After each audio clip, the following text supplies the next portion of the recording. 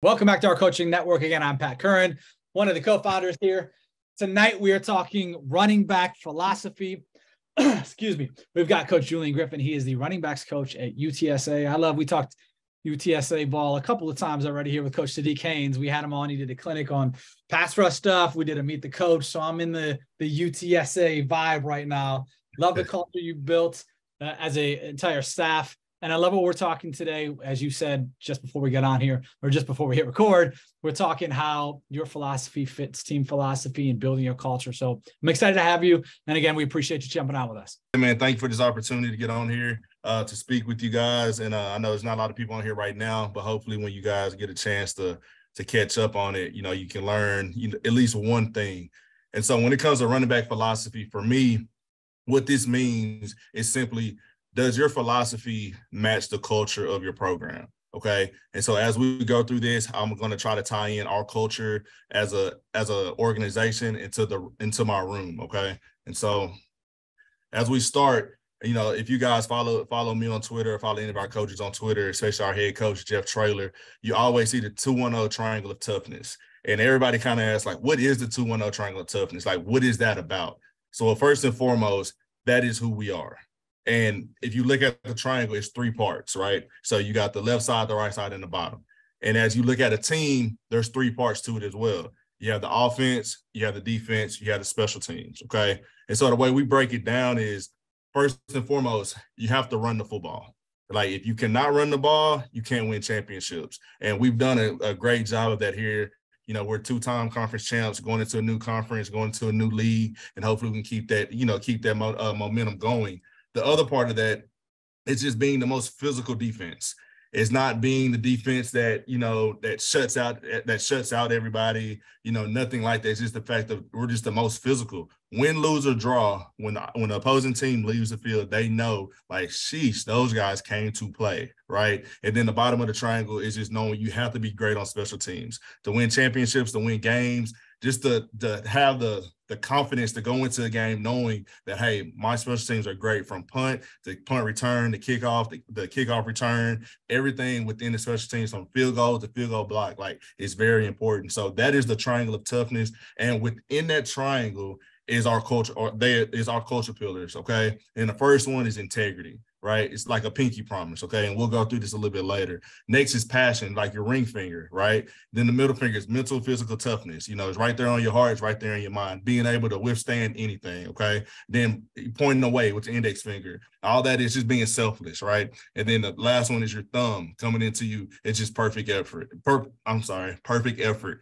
And so as we go through it, I'll break everything down. And the way that I want to do this is, first and foremost, is I want to talk to the coaches first about just how do these culture pillars affect me? How does this philosophy affect my everyday grind? And so every day when I get to work, my mindset is the culture of the team, it has to be within my room, right?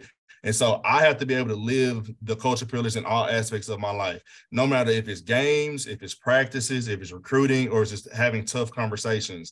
And as you look at this culture, as you look at the culture pillars, and you ask about integrity, having integrity during the game, to understanding that, hey, everything may not go the way that you want it to, but you can still communicate the right way with young men on the sideline, right? And especially in practice, which I'm trying to get so much better at, is because during practice, I get mad. And you know how it is, you teach a kid something in meetings, you try to show them something, and all of a sudden it's still not right. And then you're not living the way that you're trying to get these kids to live and understand. And then the same thing within the recruiting, right? You got to be honest with these kids. You got to have passion when you go and talk to them. And then now with the way that recruiting has changed with NIL and all of that, you got to have some type of mental toughness, because you're going to have a kid that you love dearly, that you feel like you have a shot at, and then that other guy comes in and it's done.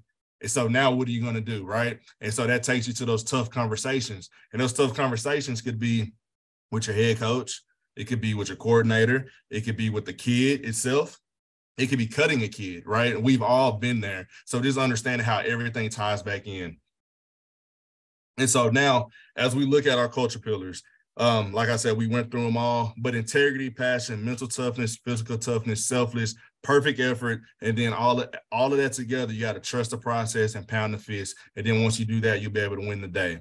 And so as we look at it, just going into integrity, fully integrity, is my preparation is determining the future of my family, my players, and my fellow coaches, from head coach to my OC, to my QC, to my GA.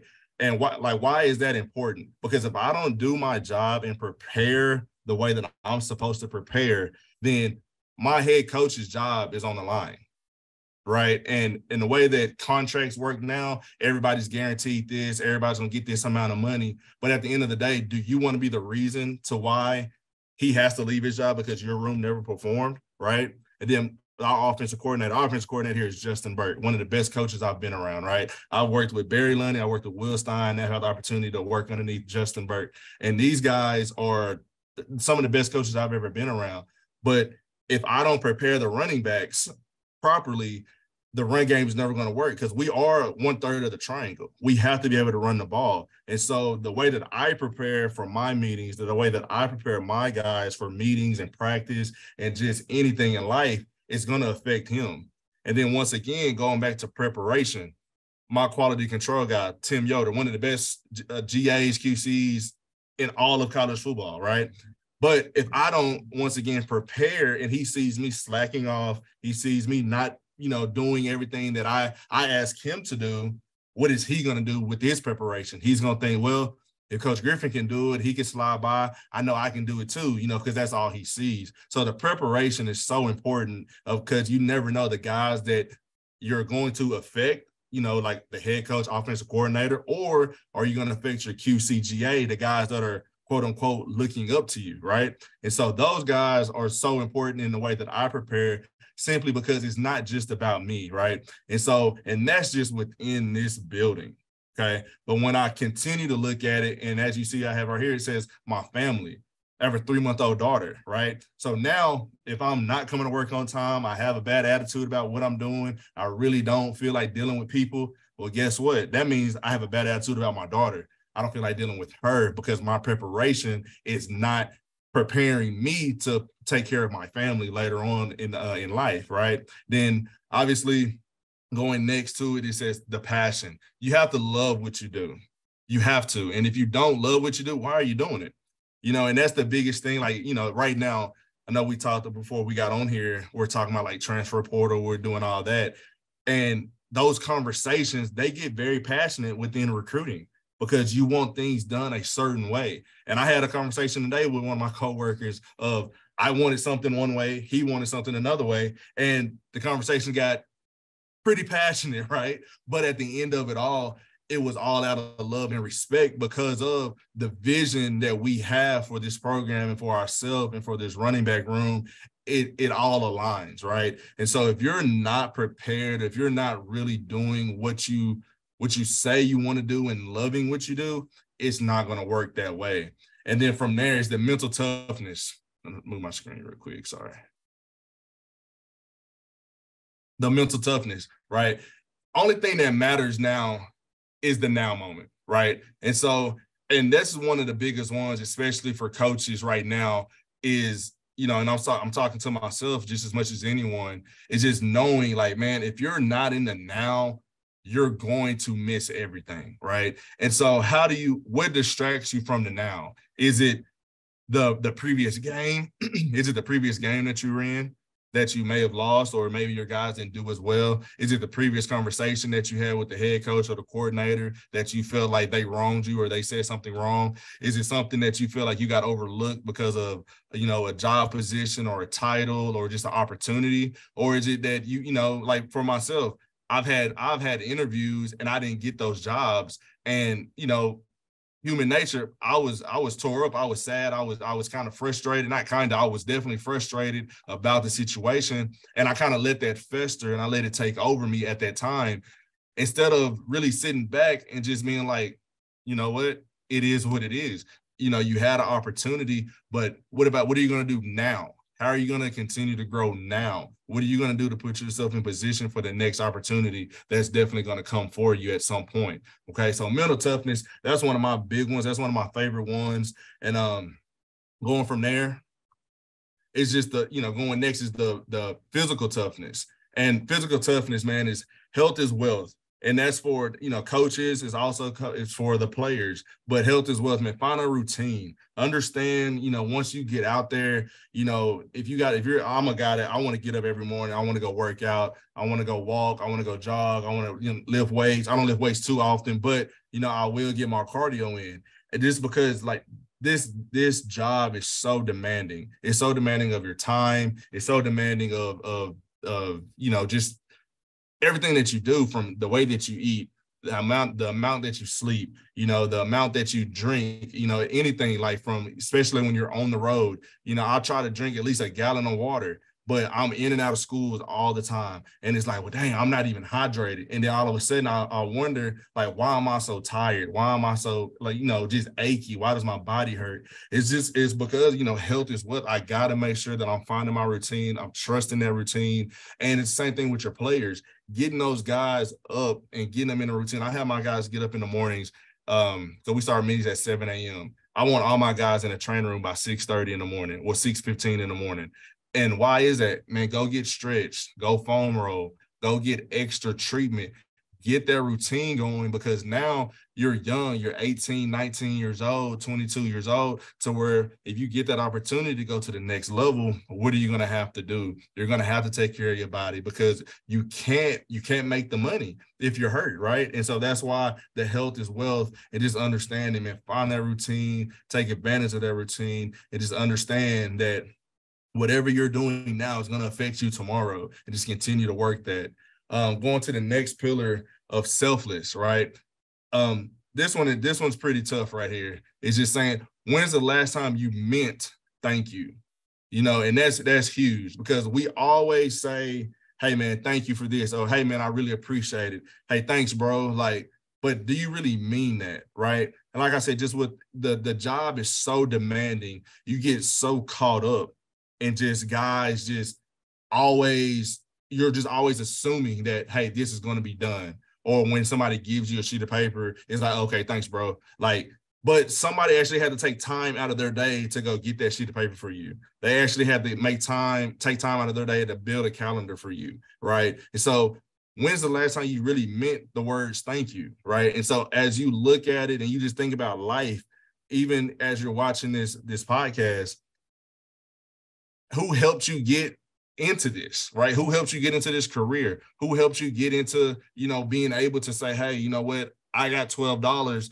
I can go ahead and log in and get onto this Zoom call, right? It's the fact of just knowing, like, that had to come from somewhere. So when I say that, like, I truly mean, like, man, hey, thank you for doing that, because I know you had to take time out of your day, out of something that you had going on that had nothing to do with Julian Griffin, to help me, right? And so, and from there, just being selfless in all aspects of life. And I'm learning that I want to say the hard way, especially with a 3-month-old daughter, of she wants what she wants right then and there, right? But she's so thankful when she gets that bottle. She's so thankful when she gets her diapers changed. She's so thankful when she gets to lay down in her bassinet and go to sleep, right? And I'm like, whew, thank God you're finally going to bed. But just understanding, like, man, you have to just take advantage of every opportunity and be so thankful for it. And then from there, it's just the perfect effort, right? It's okay to be the best. And I say that to my kids every single day. It's literally okay to be the best person out there. It's okay to win every single rep. It's okay to be the best running back coach in the nation. It's okay to have the top rusher in the nation. It's okay to do that year after year, right? Because there's no rule against being number one. And I love that, because that's just my mentality.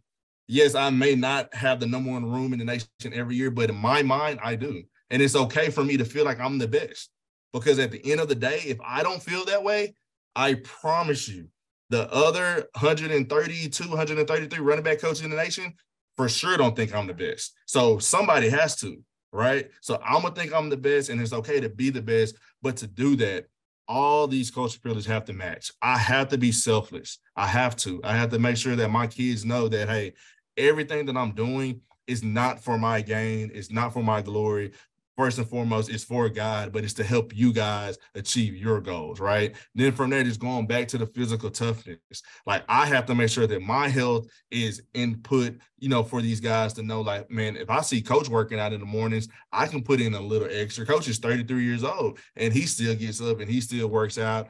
He still, tries to, compete with the guys because, it's fun. And then from there, just going back to mental toughness, right? Just being mentally tough and just understanding that no matter what you go through, no matter how hard it is, no matter what, it's okay because you're pushing through and you understand that today is not the end, right? There's always going to be another chance, another opportunity, but you have to make the best of it now. And then from there, just the passion, like just loving what you do.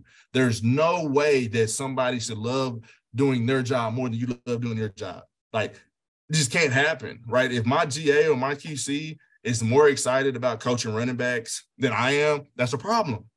We can't have that, right? And then from there, going back just to the integrity of just knowing, man, just do the little things right. And, guys have asked me, what is integrity, right? And I should have said this at the beginning, but integrity is just taking care of the little things so the big things always take care of themselves. And so if you as a coach can live by that and just understand that if your team culture can always reflect back to your room, I mean, that's the culture. Because everybody has philosophies of, I want guys to do this, I want this, I want that. None of that matters if it doesn't align with the vision of the head coach and your coordinator. And so as that works, you just know that, at the end of it all, you're one, right? And so that is the philosophy for when it comes to coaching, right? And then as we talk, I want to transition now to the running back play. The way that I make our culture and our philosophy match is we have 3 things in our room. And I'm very simple and I'm straight to the point with our guys. Ball security. Ball security is job security. Whose job security? Is your job security and is my job security. And what does that really mean? If you can't protect the football, you can't play. If I continue to put somebody on the field that can't protect the ball, guess what? I can't get paid. I get fired, right? And so that right there alone matches up with the integrity and the passion. And so being able to take the coaching and understand why is ball security so important, right? You have to be able to understand that and put it into context, because the passion of being able to be the top running back, to be one of the best running back cores in the nation, I mean, that passion has to come out. And I want you to run physical. I want you to have that ball in the right arm. I want you to be able to play with your offhand and make plays, right? But understanding that has to, encompass everything that we talk about when it comes to just playing the game, right? And then going to the next one, just the pass protection. Pass protection is probably the biggest and the hardest thing for running back coaches to actually teach, simply because these guys have to be mentally tough. Because if you're not going to understand the concepts of what we're doing, especially where we are, because you have 6-man protection, 7-man protection, you have 5-man protection, which is great for us because we're out in a route, but just you have to know what you're doing. You got to be able to find your dual to scan. You got to be able to see who you have to protect, because if you can't protect the quarterback, you can't play. So pass protection is job protection. And whose job protection? Is your job protection, because if you can't protect the quarterback, you can't play. If I put you out there and you can't protect the quarterback, well, guess what? I'm not protecting my job either. So everything goes, it's a two-way street for the coaches and the players, but just understanding the mental and the physical toughness part, it's just understanding, like, man, be ready to go. Put your face mask underneath his chin and get him out the way, and taking that all the way down to just being selfless, right? Because that's a very selfless act, because we make our block and we do it the right way with the proper technique. The quarterback gets the ball off. It's a 60-yard bomb down the field. Nobody pays attention to the running back. Nobody. Everybody's watching the quarterback and the receiver. That's it. So now it's a thankless job. So that's why I have selfless with pass protection, of just understanding it's not you, right? You're doing something for someone else to get the shine, to get the glory, to be able to say, hey, they did it. And they're the ones that's on ESPN. They're the ones that's in the newspaper. Even though you made the block that made all that happen, nobody cares. Like Coach Haynes said, nobody cares. Like, that's it. It is what it is, okay? And then lastly, it's just believe what you see, and that's perfect effort. And so now within the running back room, you know, as I talk about believe what you see, that encompasses every single detail. If it's the run game, if we're running inside zone and my read is A to B, and my front side A opens up, believe it, hit it, run. You see a lane, hit the lane, right? And now if it's pass protection and you see the wheel plug and you know that's your duel, you know that's your threat, well, guess what? Attack him at the line of scrimmage, make the block, protect the quarterback. And once again, yes, that's a selfless act, but at the end of the day, believe what you see. And the reason I always harp on that is simply because it's so much hesitation in this game to where people, they overthink and they try to make more than what it is. It's simply literally like it's right there in front of you, bro. It's an open lane. Go. There's a corner blitzing off the edge.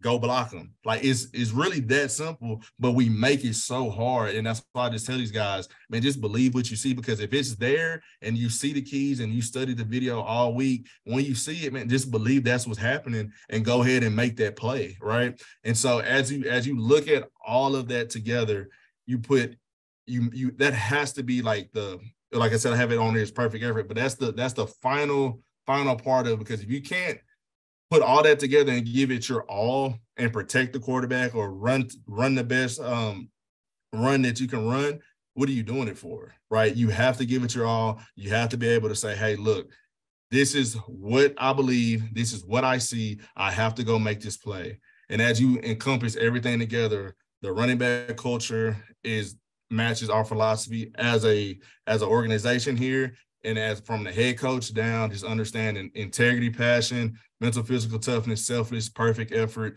No matter how you cut it, it is what it is. You know, they're not just words that are just on the walls. Like, we really have to live that, because everything that we do is encompassed right within that, right? And so just understanding, man, no matter what, the culture is the culture. You have to do your job, nobody else's. So do what you're supposed to do, and it all works out the way it's supposed to. First off, before I have a couple questions here, and if anyone else does, what's the best way for guys to contact you who watch this after the fact? On Twitter, okay. Coach. What is my Twitter? Coach_Griffin_. We just tweeted at you a clip from this. So I was going to say, what is it? Yeah. But how'd you build this out on your end? Man, honestly, it was just really trial and error of just trying to figure out like who am I? Like, what can I do, right? And it kind of just it really came from, because I worked for Coach Traylor for so long. I've known him since Little League football, right? And so I've always kind of seen the way that he's ran meetings. I've seen the way that he's communicated with recruits. I've seen the way that he's handled staff meetings as a head coach. I've seen all the different levels, from an assistant to a coordinator to a head coach with Coach Traylor. And you're with someone for so long, you want to imitate them, right? I'm not very good at trying to be somebody I'm not. And I would always try to do that, but it was like, well, that's not who I am. And so I would just kind of just try things over and over and over. And then it was like, okay, I like this. I like that. That makes sense. But honestly, when it really hit for me, I had an interview with a guy, and we were talking about the culture, and he wanted to know about our culture, and I broke it down to him. And then he wanted to know about the running back culture as well. And it didn't match, right? As I'm talking to him, I'm telling him one thing about what we do, but then it's about what I do. And I felt like in my mind, in my heart, I was like, well, damn, I know I did a great job, but I made it about me, about what I do and what makes it easy for me. And so now we're teaching two different things. And you can't do that. If I tell you to go right, but then you go left, I mean, you're wrong, right? So that's the thing that made me want to tie everything back in together and just say, okay, this is the culture. This is the philosophy. This is what success brings by doing it this way. And it just made sense to me. And, some people still may not think it makes sense, but I just feel like if you're aligned the right way with everything, why not? It's one message. Yeah. How do you start, like, young buck comes in, or you get transfers mid-year, that kind of thing? How are you setting the tone week one, day one? Like, this is what we do, and this is how we're going to do it moving forward. Yeah, man, I'm probably the wrong one to ask, bro. I'm very chill. I'm very laid back when it comes to that kind of stuff, simply because like you said the word transfer. The kid transferred for a reason, right? And I need to figure out why. He can tell me everything he wants as I'm recruiting him, but now that he's in my room, I need to see what gets him going. What are his ticks? What makes him like, what does he really lock in on, right? But you know, when it just comes to like the rules, like my thing is there's no gray area. Like I always say that all the time. There's no gray area. So if I say something, I'm direct with my words. This is what it is. And I tell those guys, so that's really how I am. Like, so that, I guess that's how I lay the laws. Like, hey, if I say something, we're done. Yeah. You know, and the other thing on top of that, you know, I'm kind of talking on both sides of my mouth now. I always give the guys an opportunity to take it to court. So I may say something and they don't like it. Okay, well, we'll have the whole room discuss it. And if everybody says I'm wrong, I'm wrong. But most of the time, I'm right. So, but, you know, I try to do it like that. I try to make it, you know, light and let these guys have fun. But I try to be as straightforward as I can. And that's even in recruiting. Like, I just want to just be straight up and no gray area because, I mean, there's already enough gray area in life. So you might as well have somebody to keep it real with you. I was gonna say I'd imagine it's refreshing because there's a lot of, you know, BS and gray area stuff in this world, like in specifically football world, but of course like in general in life. But to have like a real on convo is always good, or at least like know where I sit today, tomorrow, all that stuff. How has this philosophy evolved over the years? So, you know, I don't know when you started as a coach, but like how has like 23-year-old Coach Griffin versus 33-year-old Coach Griffin, like how much has that changed? And I know like you're fitting the culture and stuff, but just in general, like how you coach, like how has that evolved? Yeah, man, I think the biggest thing, man, that for me that I've always tried to keep in my mind is when I got my first job, you know, the guy that hired me, David Calloway, he always told me, it's like, hey, teach, don't tell. And so I try to keep that with me throughout all these years. So that's where most of the growth has come from, is being able to say, hey, this is what we're doing. This is why we're doing it. This is how we're doing it. Okay. And so I'm teaching them instead of just telling them, hey, go block the Mike linebacker. Right.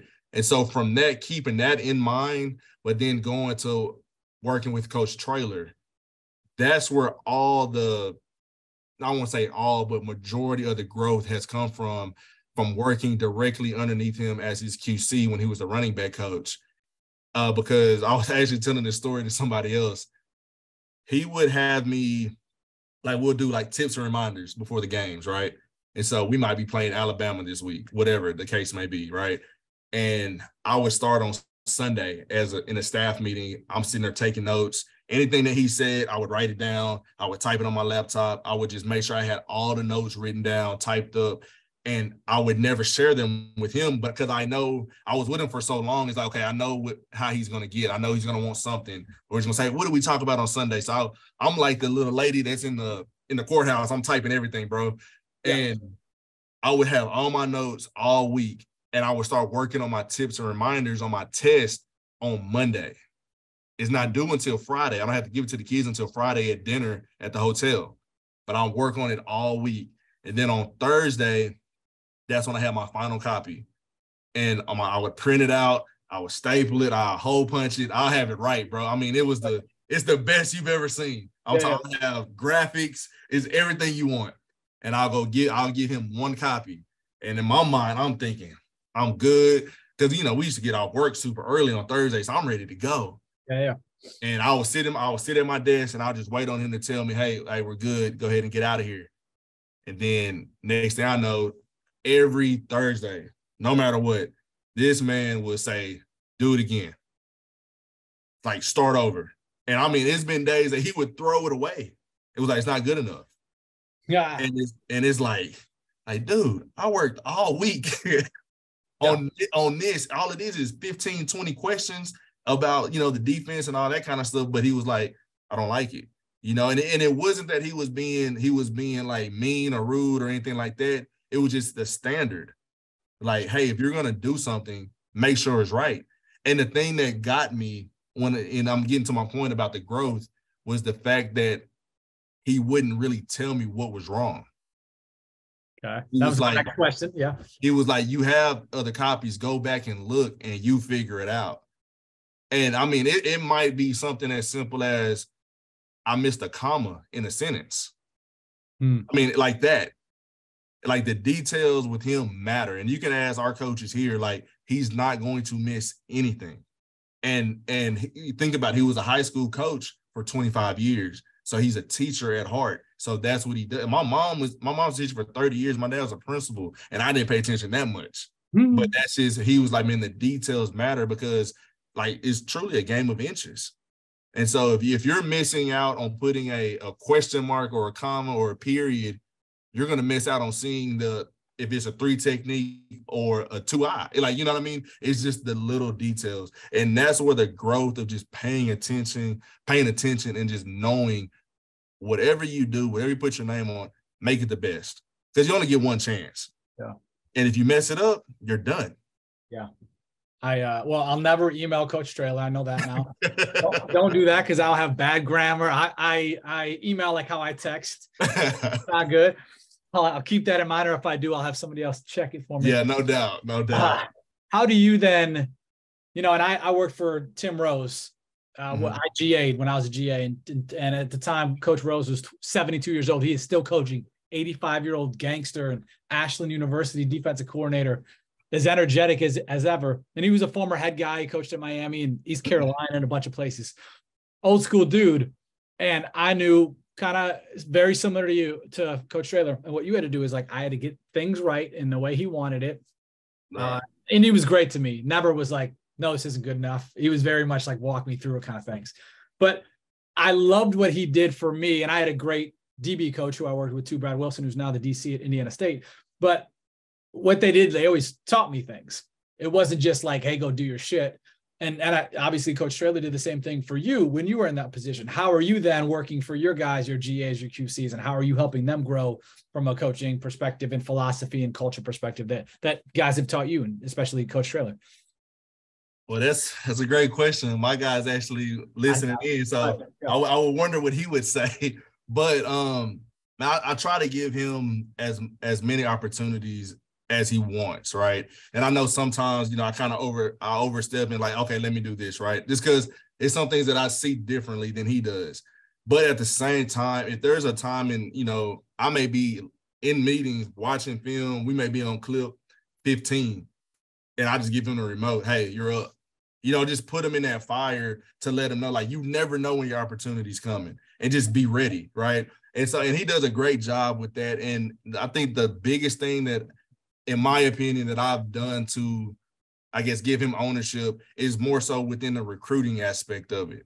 Because especially with our position, with the running back position, there's not a ton that we do extra, right? Yeah, we could be over the run game. We can do that, but we don't have a lot of routes. We don't have a lot of breakdowns that we have to do on video, right? And so it's more so like, hey, let's really get these kids on the phone. Let's really recruit. Let's really do these evaluations, because our room, we only take 1 or 2 backs a year.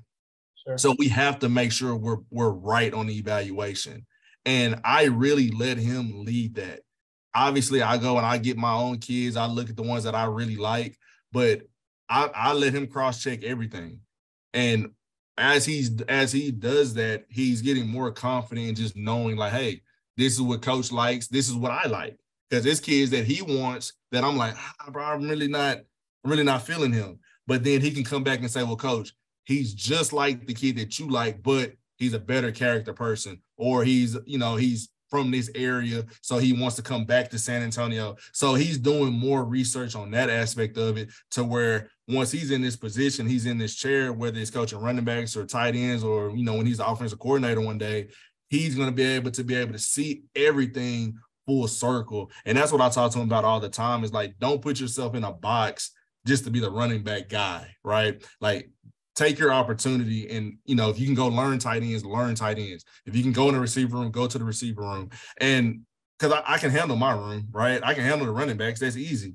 Go learn something else. So then when you come back into the running back room with these guys, you can talk to him about inside zone, about what the tight end is actually doing on the inside zone. You can let him know what's the quarterback's footwork, what's his read on an RPO. You know what I mean? Just giving him those opportunities like, hey, go branch out, go do something else, come back, for sure, come back to my room, but go take advantage of all these other great coaches we have in the building. And, you know, so, and even when he does that, you can tell I even when he runs the meeting, I may sit there and I take notes. I take notes about everything. And sometimes I'll share my notes with him. Sometimes I won't. And I just want to see, like, what is he teaching, you know, or is he telling everybody what to do, right? And he's starting to grow in that aspect. And I just kind of, like I said, I want to keep it light in the room. I want him to be able to have fun and just be energetic and still be one of the young guys too. That's, you know, because we got the good cop, bad cop, right? And it's that dynamic. But it's like, hey, we really don't have to have that, because we're both two young guys that are pretty cool with everybody. But we just got to make sure these guys understand, like, when we say something, it is what it is. There's no gray in it. And so just seeing him with his growth in that aspect is pretty cool, because, I mean, he's going to be a hell of a dude. Like, he's going to be a hell of a coach. And he's going to be a coordinator one day. He's going to be a head coach one day. It's just right now, he's just that growth stage of just being able to say, like, okay, I get it. I understand. And plus, another thing, I know he's on here listening, is it's real easy to watch somebody else do it. And then once you jump up there, it's like, oh, dang. I see why you, like, you know, you kind of on the edge every single day you walk in here, right? And so to let him feel that, because, you know, his opportunity is coming for sure. Yeah, I love that. To throw him in the fire. So Dakota Tillman used to work with us. He would be hosting these and doing this. He was a high school coach 2 months ago. Maybe 2.5, 3 months ago, I guess now at this point. Gets hired on as an analyst at Arkansas State, and first week, Arkansas State's guy heads to Ole Miss, the special teams coordinator. Now he's thrown in the fire, and he's doing so much more. And I just know, because I personally have talked to him about it, and he's thrown in the fire, and he's kind of learned on the fly, right? Totally different than, you know, small high school ball to now he's coaching G5, and there's no coordinator, at least for, I think it was a week or 2 weeks at that point. And I think just being in there, it's going to help him be a better specialist and special teams coordinator as he grows in his profession. I think it's always, I mean, like, there's obviously a risk to a degree of a coach putting a young guy, a QC, a GA, who may not be ready to then, you know, coach or teach, even if it's 5-10 minutes of a clip or a practice, but helps them so much long-term if they can do it. Yeah, definitely. It does. I mean, because that's really how Coach Traylor got me. He just threw me out there one day, and he was really testing me, like, are you really in here paying attention? Or are you just sitting in here waiting on your next assignment? You know what I mean? And it helped me, because I was always on the edge, because it was like, shoot, he might ask me something about protections and I don't even have a clue what's going on, right? So just being able to say, like I know the guys that are coming underneath me are ready, because the way that I prepare, you know. And the thing about it, I know we're on this Zoom and I'm talking a ton. As soon as we hang up, I'm probably the most quiet person you ever meet. You know what I mean? That's just not who I am. Like, I go to meetings and I just write.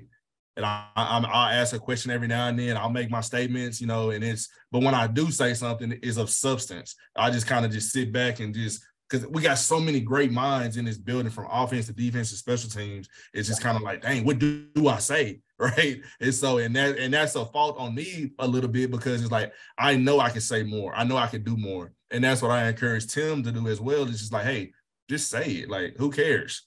You know what I mean? Like, they're going to get mad anyway. Just say it. So. Well, awesome. This has been great. I appreciate you jumping on with us. Loved it. Anything else to add before we dip out of here? Nah, man, I'm good, man. Definitely want to give a shout out to my guy, Rodney Freeman. He just got the running back job at Utah State. So thank you for joining us, Rodney. You're probably not even listening, but I see your name on here. He popped on at least. Yeah, at least he popped on. So, but I definitely appreciate the opportunity, man. And anything we can do for you guys, you know, especially here at UTSA, just let us know. And we'll love to get, you know, more coaches on here, GAs, QCs, whatever. And we'll make it work for sure. That's a deal. I appreciate it.